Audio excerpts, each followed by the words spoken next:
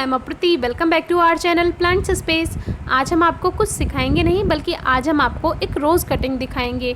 ये छोटी सी गुलाब की टहनी हमने ऐसे ही मिट्टी में लगा दी थी, सर्दियां जा रही थी और ये सोचकर बिल्कुल नहीं लगाई थी कि हमें इसका प्लांट ही तैयार करना है, लेकिन इसमें ग्रोथ हुई और इसमें एक फूल भी खिला।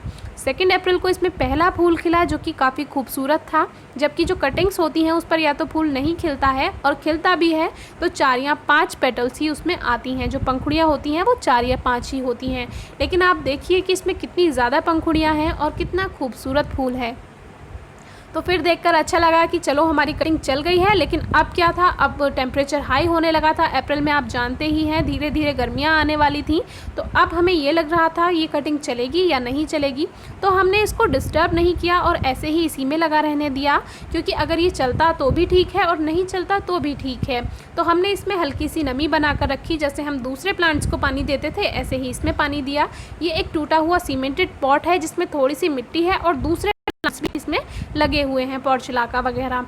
तो फिर इसमें दूसरा फूल खिला 24 अगस्त को। तो यानी कि पहला फूल इसमें खिला 2 अप्रैल को और दूसरा फूल इसका खिला 24 अगस्त को। यानी कि दोनों ही सीज़न में आप देख सकते हैं कि इसने हमें फूल दिया। और ग्रोथ इतनी ज़्यादा नहीं हुई क्योंकि मिट्टी ज़्यादा नहीं है, इसमें पोर्चुलाका लगा हुआ है, उसकी रूट्स भी काफ़ी फैल चुकी हैं, विंग का भी लगा हुआ है, एक अंगूर की कटिंग भी इसमें लगी हुई है। तो इतनी ज़्यादा ग्रोथ नहीं हुई क्योंकि इसको फैलने की जगह नहीं मिली। ऊपर से ये आप देख सकते हैं इसकी टहनी भी ब्राउन होने लगी है, तो ये डाई बैक कंडीशन में जा रहा था, तो इसको ऊपर से कट करना भी ज़रूरी था। अगर हम इसको नहीं कट करेंगे, ये जो ब्राउन पोर्शन है, तो ये पौधा मर जाएगा। इसे डाई बैक प्रॉब्लम कहते हैं, जिसमें पौधा ऊपर से नीचे की तरफ धीरे धीरे मरना शुरू हो जाता है और पूरी टहनी ब्लैक या ब्राउन हो जाती है। तो दूसरे पौधे भी साथ में थे, तो शायद इसी वजह से ये चल रहा था। तो इसको एक कंपनी मिल गई थी। तो जब इसका फूल सूख गया इस तरह से, जब ये पुराना होकर झड़ गया, तो हमने इसको बाहर निकालने की सोची। वैसे रेनी सीज़न में कभी भी गुलाब को रीपॉट या ट्रांसप्लांट नहीं करना चाहिए, हमने आपको बताया हुआ है, फिर भी काफ़ी लोग करते हैं और बहुत से लोगों का पौधा सही भी रहता है। ये ज़रूरी नहीं है कि मर ही जाएगा, लेकिन फिर भी आप रेनी सीज़न में उसको ट्रांसप्लांट या रीपॉट करने से बचिए।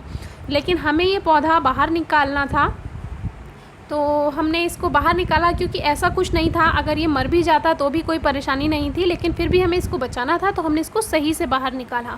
तो सोचा तो ये था कि मिट्टी के साथ ही बाहर निकाल लेंगे, लेकिन रूट्स पूरी बंधी हुई हैं पोर्चुलाका की, तो मिट्टी के साथ ये बाहर नहीं आ पाया और कुछ इस तरह से ये बाहर आया। तो इसकी मिट्टी हट चुकी है रूट से। तो हमने सोचा कि इसको ऐसे ही अभी किसी पॉट में नहीं लगाएंगे, इसको ऐसे ही। एक पेपर कप था, इसमें सॉइल मिक्सचर वही है जो हम दूसरे पॉट्स के लिए यूज़ करते हैं। जो भी आप पौधों के लिए तैयार करते हैं उसी मिक्सचर में आप लगा सकते हैं। तो हमने उसी में ही इसको लगा दिया। तो कुछ इस तरह से 1 सितंबर को हमने ये काम किया था। तो वैसे तो जो नेक्स्ट मंथ है यानी अक्टूबर, उसमें आपको पता ही है कि अक्टूबर से लेकर फरवरी तक आप गुलाब का कोई भी काम कर सकते हैं, चाहे रिपोर्टिंग हो, चाहे नई कटिंग्स लगानी हो, चाहे ट्रांसप्लांट करना हो। तो सबसे अच्छा जो मंथ होते हैं वो होते हैं अक्टूबर से लेकर फरवरी तक। ये सबसे अच्छे मंथ्स हैं, जो भी आपको रोज़ का काम करना है उसी में ही करना चाहिए। और इस तरह से हमने इस कटिंग को लगा दिया और हल्का सा इसमें नमी बना दी, जिससे रूट्स हैं वो थोड़ी सेट हो जाएंगी। और 2 से 3 दिन हमने इसको धूप में नहीं रखा, क्योंकि जब भी कुछ आप रिपोर्ट करते हैं या ट्रांसप्लांट करते हैं उसको आप एकदम से धूप में बिल्कुल भी ना रखें, क्योंकि जो रूट्स होती हैं वो उन पे जब सनलाइट पड़ती है तो जो पत्तियां होती हैं वो खाना बनाने लगती हैं, लेकिन हमारी रूट्स तो बिल्कुल तैयार भी नहीं हुई है अभी, तो इसीलिए उनको धूप में नहीं रखना चाहिए, पौधा मर सकता है।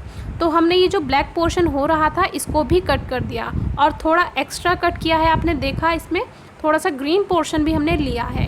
ये पीछे से थोड़ा ग्रीन पोर्शन इसमें लेना ज़रूरी है, नहीं तो वो जो ब्लैक पोर्शन ऊपर हो चुका है वो धीरे धीरे नीचे और प्लांट को ख़राब कर देगा। तो थोड़ी दूरी से ही आप इसको कट करें।